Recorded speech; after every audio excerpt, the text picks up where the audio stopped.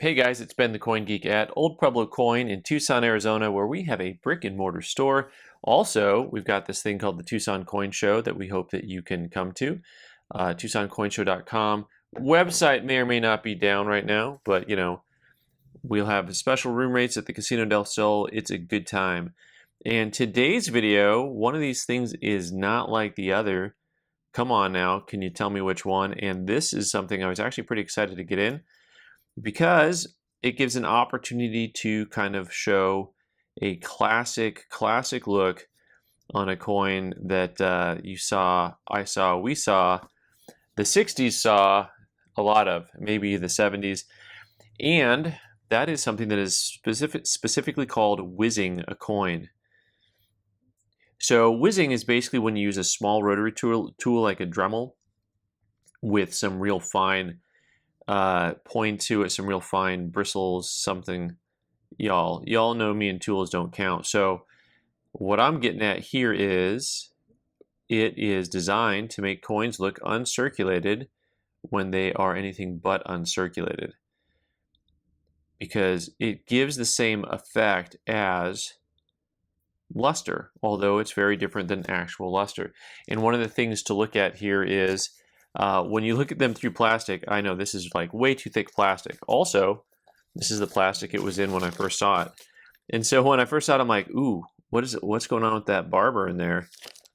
That's nice. There's something going on there. I want to see that. Okay, so let's take a closer look at these so we can try to figure out a little bit about what we're looking at when you see this type of effect on a coin. And if you haven't figured out yet which coin is actually unadulterated,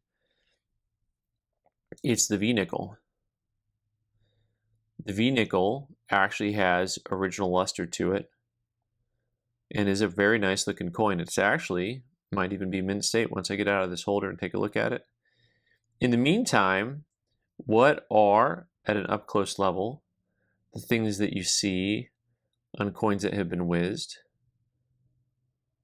And maybe at a distance, what are the things that you will see?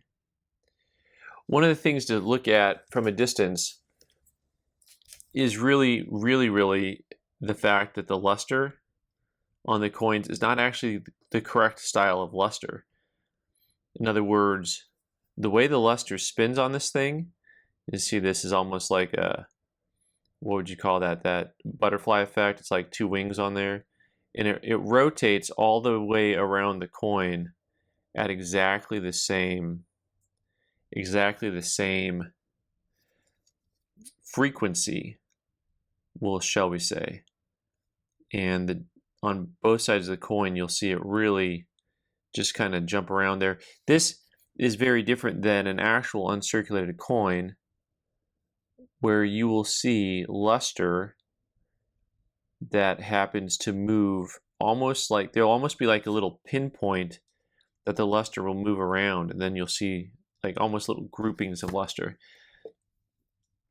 So I don't actually have an uncirculated barber at the time, but let me just talk a little bit using this dime as an example of what I'm describing. So you see how there's almost like if you put a pinpoint here, and you can see how the luster moves around that pinpoint. And the same thing happens in different areas on the coin, where the luster moves in different areas at different times, right? So this luster, as it's flowing around the coin, it has a not uniform look to it. In other words, you'll see that the luster is moving. The luster is moving here to and fro in different areas. It is not just going to have this one single circular motion like you're going to see on, example, this barber dime. So, of course, one of the other things we always talk about is using the angles of the coins to talk about, a coin that's original with luster. It'll still have some whiteness to it, usually when you start to drop it at like a 45-degree angle to the light. Whereas coins that have been cleaned oftentimes go dark real fast because there's not actual luster on there. Actual luster has a brightness to it. And this type of artificial luster that's caused by the moving of metal does not. Okay, let's. I'm going to pop out my 30 power and see if we can take a look at some of these lines that are on top of this coin after it's been whizzed.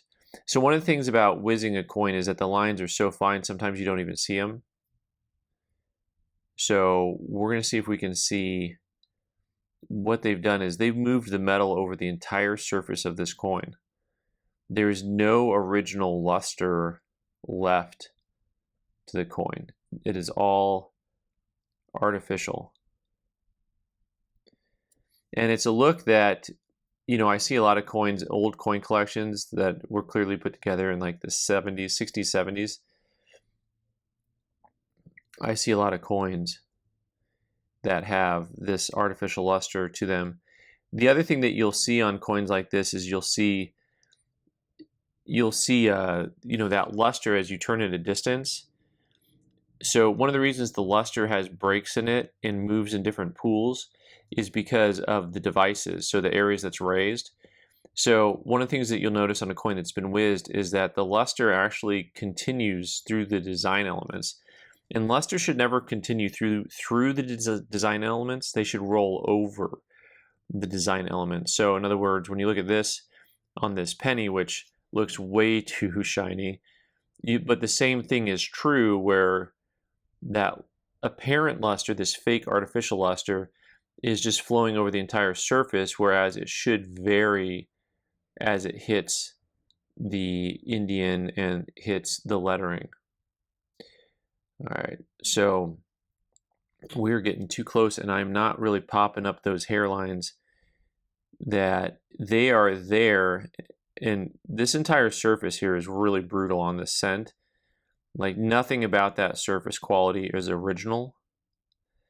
And then you look at the nickel, and we'll take another closer look here at just what that an actual surface should look like.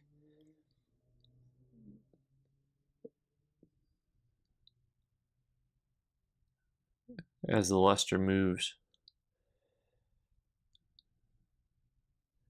I'm watching this dime dance, and like that's just not how anything should flow. Let's see if I can get some of those fine hairlines on there, but it may just be too bright. I'm gonna try one more thing and then we'll finish up here, guys. Let me see if I go down a little bit on the light source, if I can get a better view of some of those real fine lines that are all over the surface of this coin. It's really hard to film, but because these lines are almost microscopic.